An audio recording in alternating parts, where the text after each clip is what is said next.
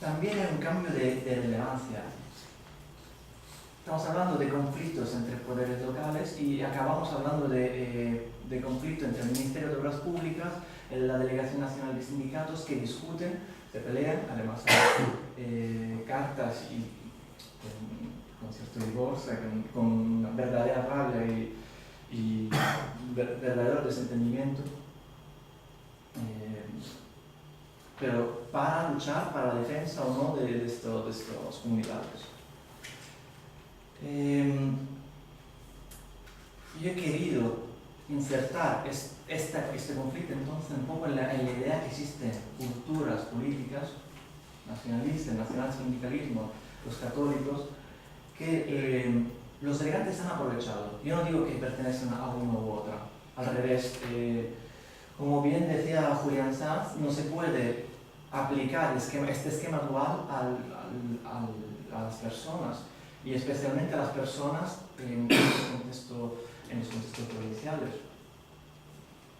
Las personas van cambiando, van cambiando sus ideales, tienen formación diferentes, tienen contactos diferentes. Entonces yo lo uso para explicar el éxito de esta acción, o sea, la capacidad de aprovechar este conflicto interno al franquismo, pero no para decir que los delegantes eran nacional-católicos, no es esto la cuestión. Pero sí que ayuda a interpretar, ayuda a entender que no se habla ni de resistencia ni de disidencia, no es un contrapoder.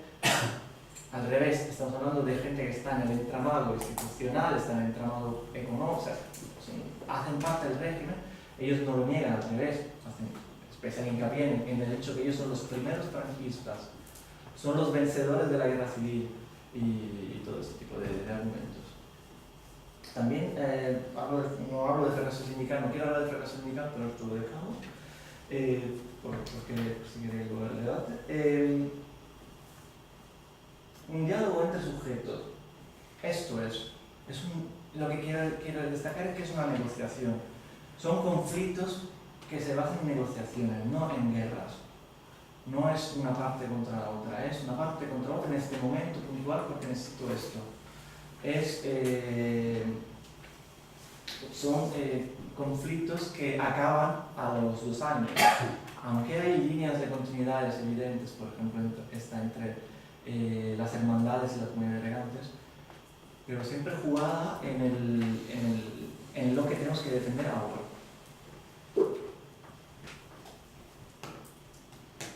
Digamos que quiero insertar también esto un poco como si fuera un caso específico de la reflexión académica y de las investigaciones historiográficas sobre las redes de poderes, porque de esto se trata, de poderes, de reconexiones, del networking y de los grupos de interés, pero también en la idea que existen este tipo de conflicto en varios países del mundo, en varias épocas, y este es un caso, no es un caso ejemplar, mucho menos, pues un caso que hay que tener en cuenta que para entender los conflictos en torno a la regulación de los bienes comunes, de los bienes naturales, como se habló, y que digamos que siguen. En relaciones personales, pero como hemos dicho, siempre jugadas dentro de instituciones, tanto por un lado como por otro. Siempre estas personas hablan en nombre de algo más, de un grupo más, un grupo reconocido además. Quiero dejar aquí. Muchas gracias.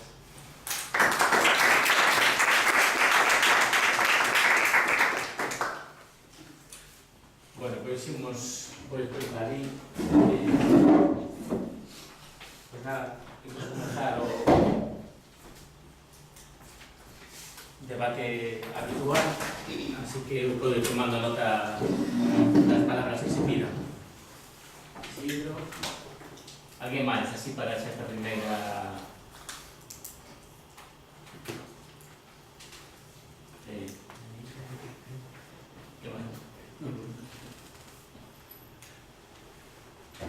venga, xa temos 4 palabras.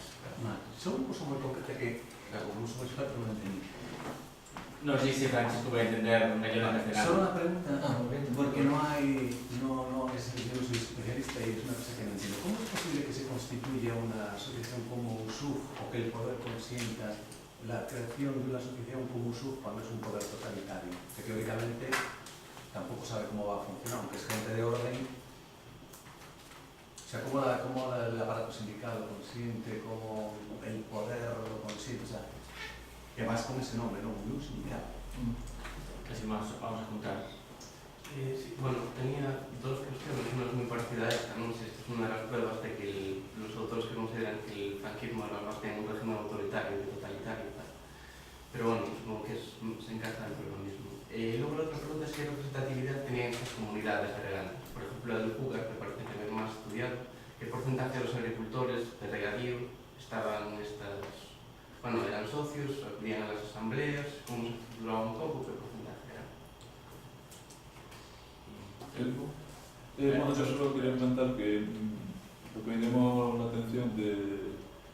Espera un segundo, por favor, porque está... Sí, acaba. Te estás escuchando. Sí, eso es lo que me llamó la atención de lo que nos contaste, pues fue que una vez más, como también pasa aquí en Galicia, pues el fracaso del entramado sindical, de la organización sindical vertical, en cuestiones relativas a la modernización agraria y transformación agraria.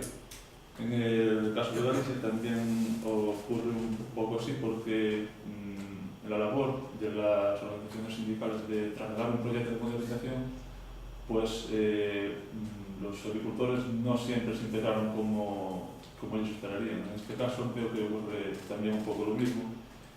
Y bueno, me gustaría preguntarte si todo este proceso, toda esta creación de asociaciones, influyó en la forma en que los agricultores pues, gestionaban el agua de forma práctica.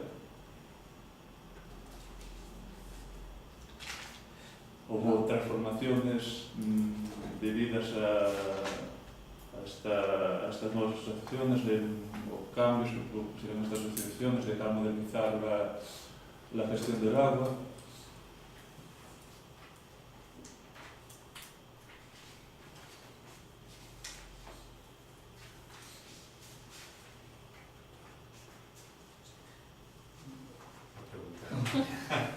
No sé si eran muchas cosas que preguntaba. Bueno, O si no, casi esperamos, porque para seguir, como sí, vale. Entonces, ¿dónde estamos? Sí, contesta eso. Mejor. Bueno, ¿y cómo puede ser que existieran organismos que se llaman sindical, nacional, además palabras no son casuales, y ellos mismos o sea, ellos saben a lo que se están enfrentando. Y de hecho justifican, por ejemplo, la palabra sindical diciendo, no, es que queremos seguir con el espíritu del régimen. El espíritu del régimen en crear sindicatos, pues nosotros también, un sindicato. Que no tiene nada que ver con la cuestión sindical, no es una representación de los... No tiene nada que ver, es simplemente una unión de intereses, además para una cosa muy específica, que es la construcción de un pantano, que se convierte en un espacio para hacer presión, pero nace como... No, es un poco anecdótico, pero digamos, nace para evitar, durante una subasta, para evitar la entrada de otros especuladores que habrían podido, por ejemplo, esperar más para construir el pantano o una época de más riqueza, evitar esta posguerra, ¿no? No empezaron a sobre la posguerra, pues ellos deciden, vamos a crear nosotros una institución para poder participar en la subasta y decir, vamos a construir nosotros. Esta es la cosa. ¿Cómo lo hacen? Tras varios encuentros con los ministros, seguro no de la nada, o sea, ellos no se despiertan un día y lo hacen sin que nadie lo supiera. Lo saben todos, lo saben la delegación, lo saben los ministros, hay reuniones, alguna incluso pública que sale en la prensa del ministro que viene a ver los estudiantes del Júcar, hacen reuniones, ellos dicen ofrecemos esto y el ministro muy contento aprueba y estamos hablando de, siempre están bajo de un sector del régimen, nunca hacen las cosas por su cuenta. Menos quizás cuando empezaron la creación de la Federación Nacional, allí sí que un poco, la parte más atrevida fue un poco esto, reunirse sin decir nada. Entonces, por eso, ¿cómo? Gracias al amparo, gracias al diálogo con los ministros. Y gracias también, que como decía, hay familias que nunca se enfrentarían. Los Jumea no van un exministro, fue ministro de Franco en esos años, en los años 40, el conde de Jumea, ministro del Trabajo, no recuerdo. Estamos hablando de agricultura, no tienes que pensar los campesinos que se reúnen, ¿no? Estamos hablando de personas federadas. Lo consiguen así, pidiendo ayuda a los otros. Me habéis preguntado sobre la participación en las asambleas y tal. Porcentaje no te lo voy a decir, además nos están grabando, así que no voy a lanzar porcentajes al azar. Las comunidades funcionan, son grupos semicerrados. O sea, tú o estás dentro de la institución o estás fuera. Hay un perímetro, todo lo que tienen tierra dentro de este perímetro tienen derecho a las aguas. Lo que están fuera, supuestamente no, es un poco más complicado, pero lo que vemos es esto. Entonces, lo que están dentro, lo que tienen propiedad, la propiedad no es de tú no tienes derecho a las aguas, tienes derecho a las aguas porque tienes una tierra allí. Entonces, si cambia, por ejemplo, tú vendes la tierra, pues el muero tendrá el derecho a agua. Entonces, todos estos, que por cierto no son jornaleros, evidentemente, son propietarios, como mucho arrendatarios, en algunos territorios, gente del pueblo, en otros, los que llaman forasteros, o sea, gente que tiene tierra allí, pero es de otro, son grandes nobles y tal. Hay una democracia interna muy cuestionada, la que os decía, Elinor Ostrom la ves como una cosa idílica, súper bonita, los campesinos deciden entre ellos, pues no es tan así porque los más tierras tienes, más derecho al voto tienes. Resultado, en algunas instituciones como la Acequia Real que os decía, los que no tienen, por ejemplo, un porcentaje que no voy a decir, no pueden ni votar. O sea que claramente estamos hablando de instituciones gestionadas por los más influyentes, los más poderosos. Aún así sí que hay elecciones, sí que hay, digamos, una asamblea y tal, o sea que son organismos, y esto no cambia durante el franquismo. Siguen estas elecciones, siguen... lo que cambia es que, por ejemplo, gana siempre el mismo. Esta Vicente María os decía, por ejemplo, empieza y acaba en el 60, o sea que cuando en realidad solían cambiar a los 4 años, los 8 años, pues esto se queda 20 años. ¿Y me has dicho algo más? ¿Que igual me lo he contado? No. Bueno, no, lo primero era relacionado con esto, que si que la presencia de este tipo de actividades, de iniciativas, da la razón a los que consideran que el franquismo. Debemos hablar más de la naturaleza. Bueno, esto de la naturaleza, la verdad es que no me quería meter porque es una ensalada. Yo soy más partidario, quizás por formación, por lugar, a las ideas de Ismail Fraz, de la facilitación, de sí. No es autoritaria a la idea del INSS, te refieres, ¿no? Me imagino. Sí. No creo que esto quiera... O sea, esto que estoy contando entonces implique que es un sistema autoritario, no creo que pueda, que no iría hasta allá, no lo haría sinceramente. Pero claro, quien lee esto puede decidir, pues esto demuestra que... El fracaso sindical. El fracaso sindical. Pues yo no quiero hablar en estos términos, también porque leyendo varias cosas y tal, me he dado cuenta de que hablar de fracaso quizás es un poco demasiado, es decir, esta visión dicotómica de o has tenido éxito, has tenido fracaso, no sé, tiene mucho sentido. Y como en cambio quiero hablar de negociaciones, de equilibrios entre poderes, pues lo que resulta es que ellos estaban allí y que de hecho consiguen la distribución de la pena por, bueno, lo que es, pero consiguen oponerse. Esto quiere decir que es lo mismo que pasa entre los regantes y los técnicos estatales. No pueden no tener en cuenta que existen estos sujetos con estos intereses. Pues lo mismo pasa con los sindicalistas. Los regantes no pueden no tener en cuenta que hay algo allí que les está impidiendo tener lo que ellos quieren. Y de hecho, igual esto no queda muy claro, los regantes, o sea, lo que llamamos regantes, ¿no? Los agricultores que tienen derecho a las aguas y reunidos en una institución. Pues todos estos estaban en las hermandades como individuos, como agricultores. No estaban como regantes. Es que es igual es una cosa un poco ambigua, pero ellos estaban allí porque podemos participar sobre, por ejemplo, la producción, cómo se puede funcionar, podemos discutir de esto, y de hecho lo aprovecharon. Otra cosa es que vosotros nos digáis cómo tenemos que gestionar las aguas. Esto nunca va a pasar. Sí. Y de hecho, lo que decía, está en el sindicato de aguas, de agua, gas y electricidad. Y de hecho allí, en los años 60, crean un subgrupo que son los usuarios de las aguas agrícolas. Entonces, digamos, participan de las instituciones sindicales. Lo que pasa es que no quieren injerencia, pero lo tienen que tener en cuenta. Entonces, en este equilibrio de poderes, igual lo que pasa es que al final ganan ellos, porque sí, ganan ellos. En el 72, al final, el Tribunal Supremo reconoce la legitimidad de la Federación Nacional, se convierte en la transición a principios de los 80 en una comisión del Ministerio de Obras Públicas. O sea que sí, digamos que podemos, si queréis hablar en términos de historia, sí, ganan ellos. Pero los otros están allí, se tiene que tener en cuenta. Cambia la gestión hidráulica, me decía. Cambia un poco, se intenta, pero la verdad es que la Confederación, esos desarrollos técnicos, se tiene que enfrentar a sujetos que no quieren cambiar.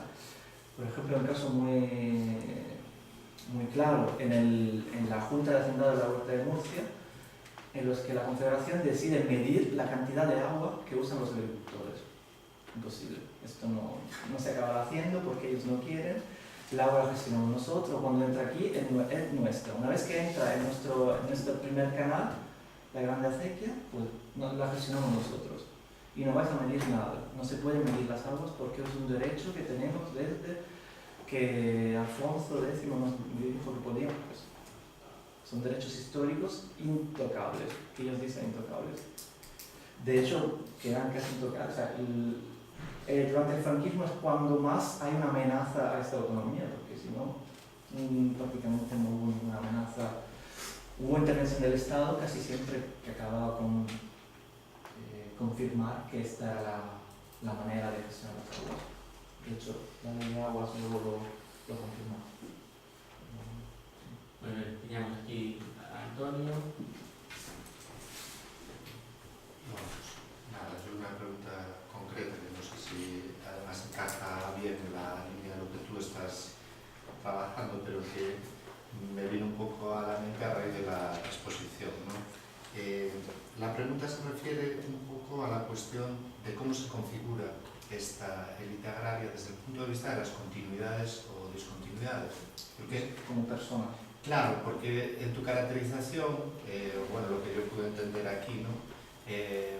Uno podría intuir que se trata de uno de estos casos en los cuales pues da exactamente igual que gobierne la República, que gobierne el franquismo, que pase una guerra civil por medio, luego llega la transición y son un poco estos que dibuja Berlanga en Patrimonio Nacional, ¿no? Haciéndose estas cacerías. O sea, que ellos perviven y conecta un poco con las preguntas anteriores, ¿no? De cómo son capaces de subsistir. Entonces, como esto a mí me ofrece siempre muchas sospechas, este tipo de imágenes, ¿no? Te querría preguntar, así en general, y vamos, si viene al caso, si hay algún tipo de ruptura, pues en concreto, alrededor del 36, de lo que supone la guerra, ¿no? Que el hecho de ser élite pues a otros sectores no significa que no les afecte de alguna manera la violencia y la persecución en algunos casos. El propio franquismo, que no dejan de ser 40 años y que hay generaciones que pasan, ¿no? Y luego la transición, ¿no? Entonces, no sé si es muy extenso, ¿no? Pero no sé si aquí en general podríamos resolverlo con son los mismos, o sea, padres a hijos, familiares entre sí, o si se puede percibir algún momento de inflexión notable. A mí la pregunta que te quería hacer era acerca de cuando al principio de la presentación mencionaste alrededor de lo que es las políticas hidráulicas y los actores que participan en ellos, ¿no? El gobierno, técnicos, élites agrarias, empresas y cajas, pues sí, ¿no? Plan. Y a mí la pregunta que tenía pensada era acerca de, en este caso, cuál es el papel, no tanto igual de las cajas, porque me interesa el caso de que este tipo de desarrollos técnicos, ¿no? La agricultura, en el caso de las políticas hidráulicas y los embalses, necesitan una gran inversión de capitales, es decir, no es como comprarse un tractor o, quiero decir. Entonces, la pregunta es, en este caso, ¿quién tiene el dinero para hacer este tipo de intervenciones? Y que se me ocurrió en el transcurso de este debate la cuestión si, por ejemplo, el USUG precisamente es una unión que tiene por objetivo crear un embalse y también en este caso es un objetivo, una especie como de cooperativa de inversión de dinero para hacer frente a lo que en principio se supone que el Estado tiene más ventaja, ¿no? Que es la ventaja de ser el Estado y por tanto tener acceso a créditos y tener la capacidad real, porque tiene ese dinero, de hacer un embalse. Porque no sé hasta qué punto los regantes tienen ese dinero real para no contar con el Estado y yo hago el embalse y no me cuentas nada. Bueno, yo también tenía alguna pregunta, ¿no? Bueno, primero te quiero dar las gracias tanto por esto que enviaste como por la presentación que preparaste, ¿no? Que eran muy completos los dos, ¿no? Y luego también a mí me parece que este trabajo que viene a ocupar un lugar en la historiografía sobre el asociacionismo agrario durante el franquismo que estaba inexplorado, ¿no? Que era la cuestión de las comunidades regantes y sindicatos de riego, ¿no? Y pues me parece muy relevante. Y bueno, a mí lo que más me interesaba muchas cosas, pero me interesa mucho este debate sobre el fracaso sindical, ¿no? Sobre el fracaso o no fracaso sindical, ¿no? De la organización sindical, ¿no? Además, porque a lo mejor equivocadamente me posicioné bastantes veces a lo mejor en ese tipo de terminología, ¿no? Claro, aquí hay creo que una cuestión que sí que relativiza esa calificación, que es la capacidad de los encuadrados de las hermandades de hacer un uso instrumental puntual de la institución, ¿no? A mí me cuesta imaginarme asambleas de labradores en las hermandades, porque se ven al principio de la historia de las hermandades, pero lo que se ve generalmente es que las hermandades, la organización sindical, tiene un problema, el problema de que difícilmente consigue representar a nadie que no sea los propios intereses nacionales sindicalistas, y cuando representa a alguien es precisamente porque existe un uso instrumental, ¿no? Y entonces llama mucho la atención el contraste que hay entre una institución impuesta por el Estado, o por un sector del régimen, mejor dicho, ¿no? Que es el sector falangista, que la población rural, por lo general, ve como desagradable, innecesaria y muchas veces hostil, ¿no? Claro, y esto contrasta mucho con unas instituciones que son seculares y que tienen que ese propio trayecto histórico, aparte de su forma de gestión y la representatividad que tienen, pues es muy complicado competir con ese factor para la organización sindical, ¿no? Y además la organización sindical agraria, cuando se implanta, la ponen ni más ni menos que a encargarse de la gestión de la economía agraria intervenida. Claro, así es muy difícil labrarse un cierto reconocimiento por parte de la población agraria, ¿no? de los agricultores. Después hay otra cuestión sobre tu trabajo, que es que a mí me recuerda mucho las cuestiones que tú planteas pasan con otros sectores, ¿no? Creo que se puede relacionar hasta cierto sentido, por ejemplo, con lo que pasa con el cooperativismo católico en la posguerra, que a pesar de la mención del falangismo permanentemente a la ley de unidad sindical y al decreto de unidad sindical, consiguen también permanentemente escaparse de ese cerco. Ese cerco no se hace nunca efectivo.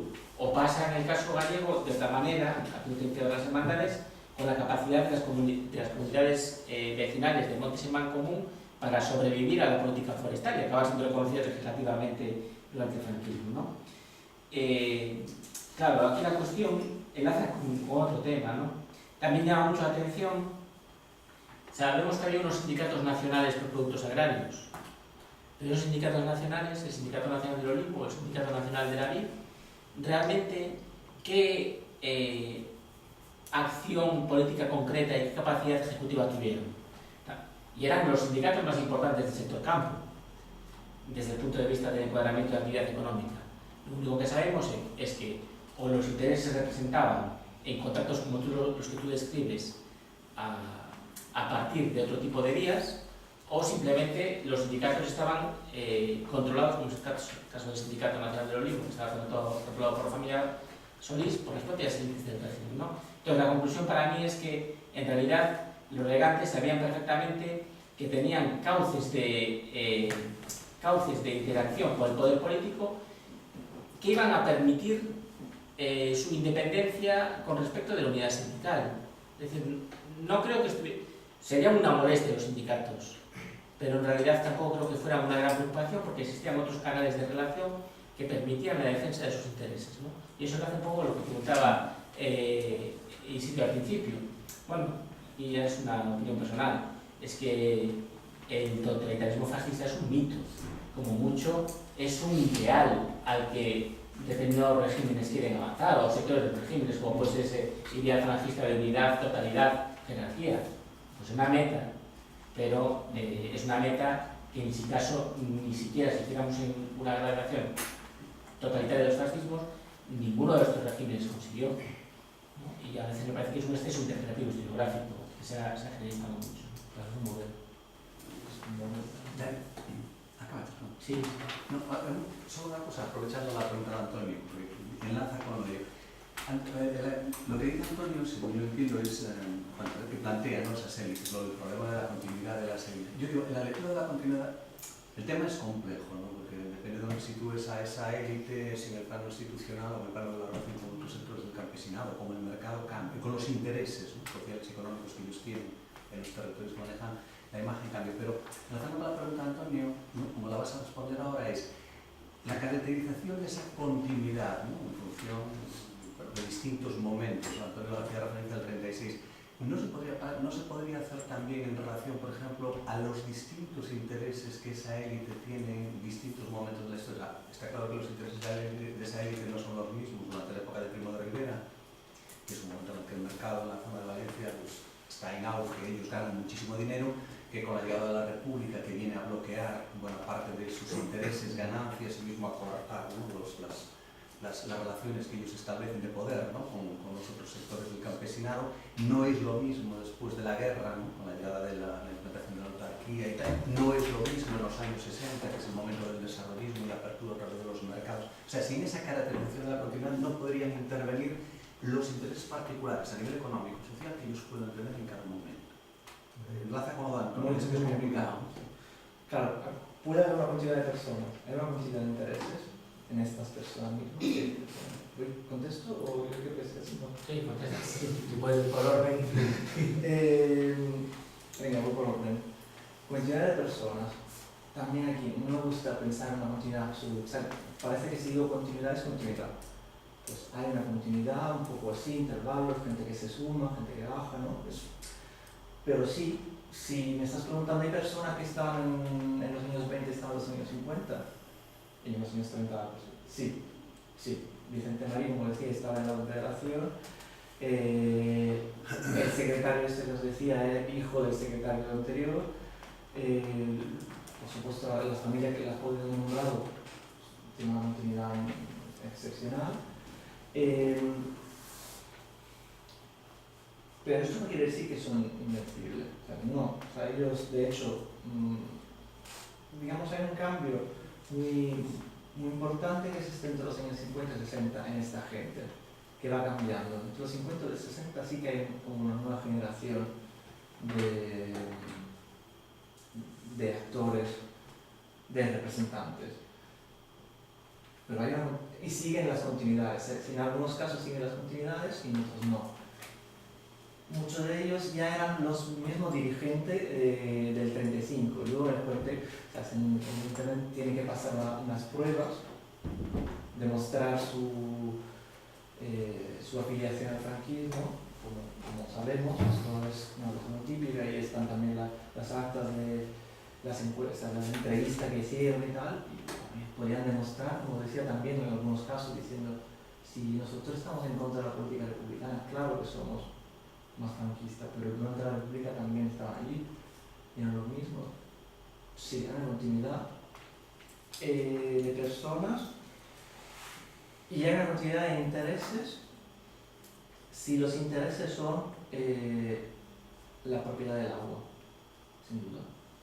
El control del agua. El control del agua es o sea, esto desde, no sé, el siglo XIII probablemente. Es verdad que cambia.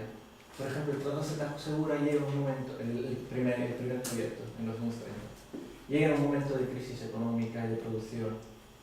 Si ellos mismos dicen, ¿por qué tiene que llegar esta agua del Tajo para que haya más tierra, más producción de naranjas, si luego no hay un mercado para vender esas naranjas? O sea, esto es uno de los argumentos más de peso que usan. Uno es no me toques el agua, el otro es ¿qué estamos haciendo? Hay trabajos de economistas que explican que esto tiene sentido. El mismo patrón igual pasa en los años 60, cuando diría que no había problema de abastecimiento, de producción, al revés. Entonces, sí y no. O sea, los intereses cambian algunas personas, alguna continuidad. No es una línea, por supuesto, pero sí que se pueden encontrar elementos de continuidad muy evidentes, para mí muy evidentes. O sea, en lo que he visto yo, muy evidentes. Una continuidad excepcional. Paso a los bancos. Bueno, te voy a decepcionar un poco la respuesta porque no lo sé. Quiere decir, los bancos de desarrollo para mí ahora mismo son un poco algo que tengo que investigar, pero los dos ya veremos. Las empresas de construcción, digamos, espero que sea en futuro de investigación, ver los otros intereses, ¿no? Te puedo decir los casos que he estudiado yo, como que tipo este del Pacto de Alarcón, que además no son los regantes que pagan, los regantes pagan, pero han acabado de pagar en 2002. Es el Estado que pone el dinero.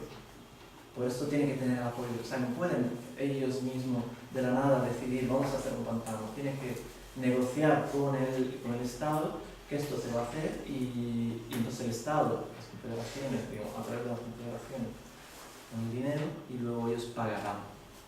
Y este pagarán dura hasta hace nada. De hecho, lo que se decía del 52, ellos lo veían como un triunfo personal y los de las confederaciones decían, no, es un triunfo nuestro, porque vosotros aún, quizá cuando vas a acabar de pagar.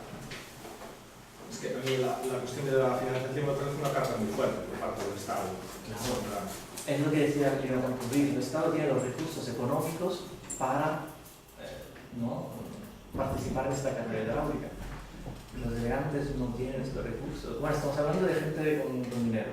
O sea, no son, como decía, no son jornaleros, pero claro, no tienen todo este dinero, no ya, no ahora para poder pagar esto, y un banco creo que no le daría una financiación a una comunidad de delegantes también. Bueno, están en este caso las hidroeléctricas que ya entonces más de peso, más de confianza, que ya se habían cargado de otras obras hidráulicas, que no venían de la nada. De hecho, la alianza con las hidroeléctricas es esencial para explicar que ellos se puede hacer, porque probablemente no habrían podido.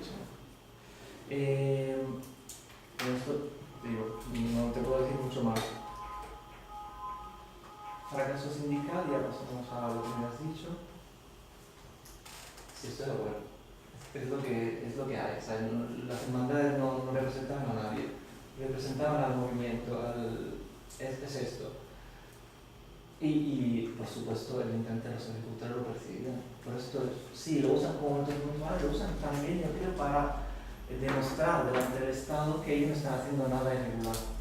Nos apoyan también las hermandades, pero no son las hermandades que quieren representar esos intereses. Las hermandades, yo creo que al revés, aprovechan un poco esta actividad para explicar que sí que hacemos algo. Lo dice, por ejemplo, Adolfo Rincón de Arellano, que fue de la Diputación Provincial de Valencia, que cuando se aprobó esto del Pantano de Alarcón dijo, esto es para demostrar que los falangistas también hacemos algo. Y lo dice tal cual, porque nos dicen que no somos nada y esto es para decir que hacemos algo. Porque ellos quieren intervenir, quieren demostrar su eficacia. Que no. tienen. Básicamente no acaban teniendo. Y me he apuntado aquí el orden punto, no sé por qué no lo veo. Me había acabado diciendo también el corporealismo católico. No, bueno, que sí, también es un caso parecido, ¿no? Lo que venía a decir que hablé mucho, ¿no? Es que en realidad la sensación que uno tiene es que las comunidades regantes sabían perfectamente que tenían un cauce de relación directa con el poder político y que el sindicalismo franquista no era una amenaza real. Sí y no, quiero decir, esto es lo que vemos nosotros ahora, ¿no? Porque sabemos cómo acaba la historia, sabemos que no desaparecieron. Pero yo sí que percibía la amenaza sindical. No tanto en los años 40, no paradoja, pero en los años 40 no hacían nada, pero tampoco hablaban del tema. Solo que ya seguían allí y no decían nada.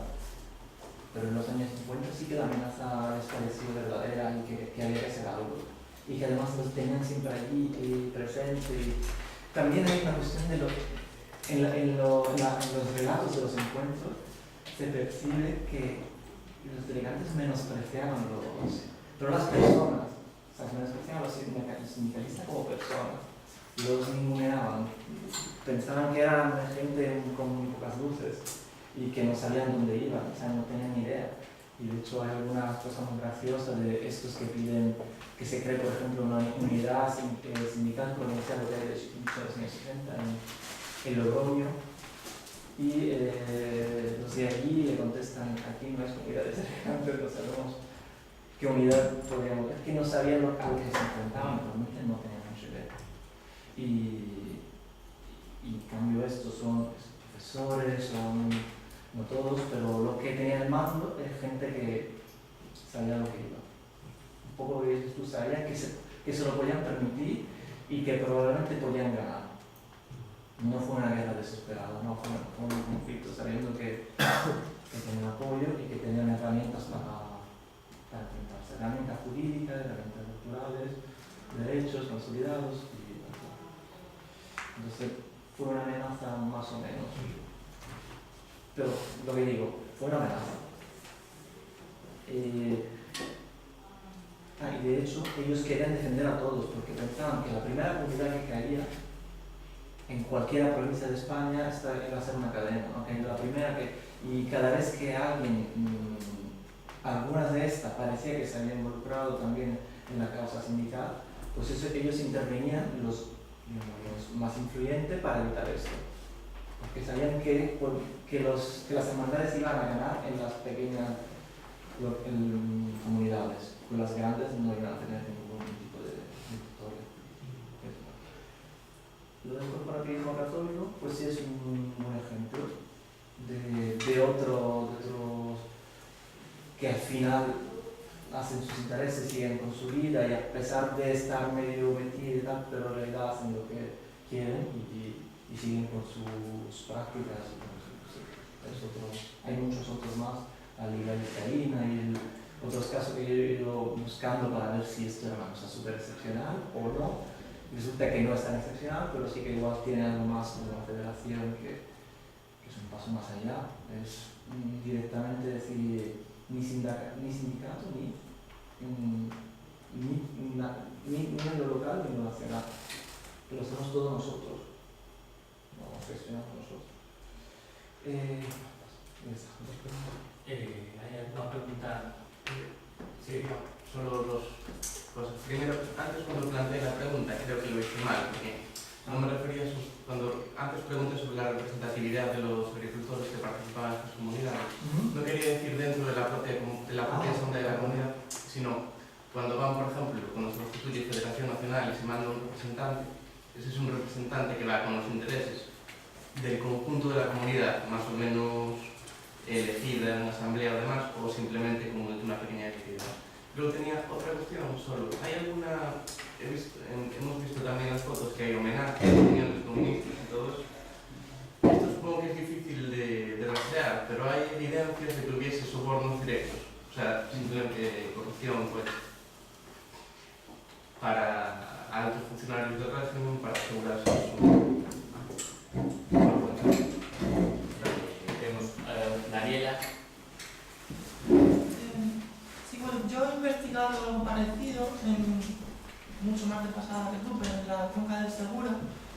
Y no sé, quería preguntarte porque a mí me ha parecido en esta investigación que quizá el concepto de redes clientelares sirviera más para explicar estas relaciones que incluso comunidades delegantes que parecen así heterogéneas, o sea, homogéneas, incluso democráticas, ¿no? Porque lo que yo he ido observando allí es que siempre se ha tratado de una élite que controlaba los puestos pues, tanto de los juzgados de aguas como de las confederaciones hidrográficas, incluso de la política, ¿no? De la Unión Patriótica, ayuntamientos, y realizan, pues, o sea, la teoría del clientelismo me ha servido bastante para explicarlo porque aseguran la subsistencia a sus clientes con este agua, ¿no? Están garantizando su poder así, y también están ejerciendo una función de mediación con el Estado, que también lo has dicho tú, ¿no? Son ellos los que van a resolver los conflictos con el ministro o con quien sea. Y luego, quería preguntarte porque yo en el caso del Segura, en la Segunda República, he observado como estas relaciones se rompen un poco y esto demuestra que no es algo tan homogéneo como parece, ¿no? Una comunidad. ¿Las relaciones entre quiénes? Las relaciones se rompen, has dicho. Sí, o sea, que se resquebraja, o se pone en cuestión. Se demuestra que no es una comunidad homogénea, democrática, sino que es una élite contra una clientela, porque concretamente en la Segunda República esta clientela se revela y hay unos movimientos por todo el río de destrucción de motores hidráulicos que estos grandes terratenientes o élites tienen instalados.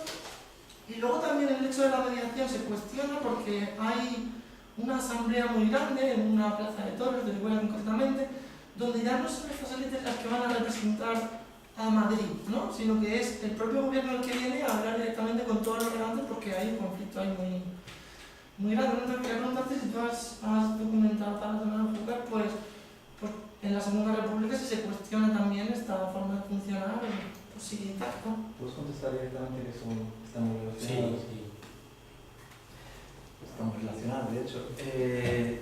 Sí, lo que decías de la representación, claramente las personas van a hacer tienen sus cargos porque tienen unos intereses que defender muchas veces, ¿no? Pues lo que hacen es defender sus intereses. Lo que pasa es que, como algunos economistas, tipo Marco Olson, para ir un poco a la historia, pero también ahora, dicen que estos, claro, hacen sus intereses, pero a la vez están defendiendo los otros, que pueden coincidir o no. Esto también lo decía Sandberg, puede coincidir y de hecho cuando hay elecciones probablemente es más fácil que coincidan, porque además si van a representar unos intereses que luego no eran lo que quería la mayoría, pues en las próximas elecciones no van a ganar ellos, ¿no?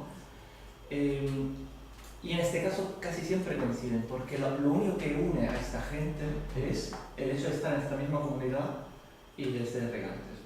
Ellos, digamos, no han decidido serlo, porque por el hecho mismo de estar allí lo son. Entonces es una comunidad que no se puede imaginar como alguien que ha decidido sumarse a una asociación.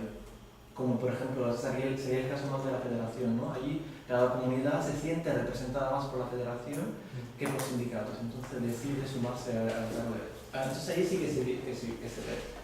Yo las encuestas de este tipo, he leído las actuales, ¿no? Las de hace 10 años, 15 años, que cuando se han hecho encuestas.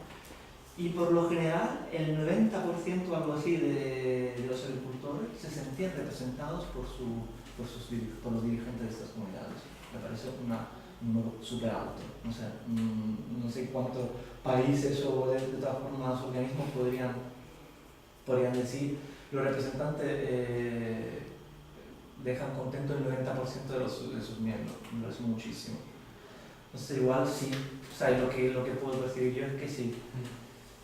Sobre todo durante el franquismo, la República es otra historia, en la transición también otra, o sea, en los años 80. No había mucha, o sea, no podían tener mucha voz. Era más fácil para las élites, digamos, tener tranquilos los miembros de la comunidad. De hecho, por lo que he visto yo, se emiten edictos, más sanciones, digamos, son más centralistas en los años del franquismo. Los presidentes duran más, ¿sabes? Hay un nivel de representación que es como más ambiguo, no se sabe muy bien, pero es lo que te digo, es muy difícil escuchar las voces de los gigantes de entonces. Estamos hablando casi siempre de propietarios, entonces también es que son un sujeto menos propenso a la rebeldía, ¿no? O sea, no estamos hablando de grandes asociaciones de campesinos, sindicales. Y tú me decías lo del... No, simplemente que han dicho que se sentían representados casi todos, pero ¿qué opciones tenían al margen? ¿No? ¿Podían ir por su cuenta? No podían ir por su cuenta, pero hay juzgados, hay tribunales, y hay muchos pleitos, muchos, pero suelen ser pleitos tipo entre miembros de la comunidad o también de vez en cuando. O sea, he leído de acusaciones de estás haciendo vuestros intereses, claro que no tenéis, por ejemplo, no queréis la ampliación de los arrozales porque vosotros sois los propietarios de los arrozales, entonces no queréis que haya otros. Hay acusaciones. Sí. Lo que quiero decir es que no mucho más que en otros organismos, incluso diría que menos. Y los pleitos suelen ser entre miembros de la comunidad, tú me has robado el agua o tú estás usando más agua que yo, no es justo, los del río abajo no pueden tener el agua que tienen los de cosas de este tipo. Y por esto mismo ellos quieren unos representantes. O sea, todo esto legal en realidad quieren que haya alguien que como decir, pueda gestionar esta situación, que es mucho. Y lo que más, los pleitos son entre comunidades delegantes, las que son colindantes, porque claro, allí hay derechos de agua muy antiguos, no se sabe muy bien cuánto es la cantidad de agua, por eso que decían no quieren que se mida, porque si se mide ya es evidente que se sabe cuánto está consumiendo cada uno. En el Segura, sobre todo en la zona de Alicante, hay mercado de agua, el agua se vende, quien tiene un pozo puede vender el agua de su pozo a los de las tierras más o menos cercanas. Entonces, claro, las dinámicas son muy diferentes. Si hay mercado de agua y hay intereses de otro tipo, quien suele tener el pozo es gente que ya bastante rica porque ha podido implantar una bomba, es diferente. Son dinámicas de agua que por eso no se puede hablar de una comunidad de delegantes porque hay muchas y todas son muy diferentes, incluso la misma va cambiando según los años. Lo que decía que son semicerradas. También pueden regar por las aguas de la propia comunidad los que están cerca de la comunidad, aunque no pertenezcan a ella. Si hay agua. Si no hay agua, son los primeros que se van fuera y que no reciben el agua. Pero luego siempre hay como que al final acaban entrando, porque claro, esto tiene el agua sin tener los deberes de lo que están dentro de la comunidad. Entonces, mira que no pensaba que os iba a interesar el diseño institucional y cómo funcionaba. Y bueno, y si queréis más que aclare más cosas, lo aclaro. Que lo dejo un poco así por no aburrir. Pero vamos. ¿Hay alguna pregunta más? No, simplemente, bueno, sí. Pero es más bien una impresión que me está dando porque lógicamente yo por lo menos lo desconozco todo prácticamente acerca de lo que es sobre la necesidad de las acequias y el sistema agrícola del arroz y de las naranjas, etc. Aunque sí he estado por allí por la Albufera, etc. Entonces he visto más o menos de qué se trata. Pero sí que me está dando la impresión de que los productores de esa zona, de la zona del Júcar, ¿no? Que tienen la enorme ventaja de que se dedican a una actividad económica que es perfectamente definida por unos condicionantes climáticos de necesidades de aguas, que lo que les, o sea, esas necesidades, o sea, vamos a ver, esa definición productiva que tienen tan cerrada les beneficia mucho a la hora de defenderse como grupo social.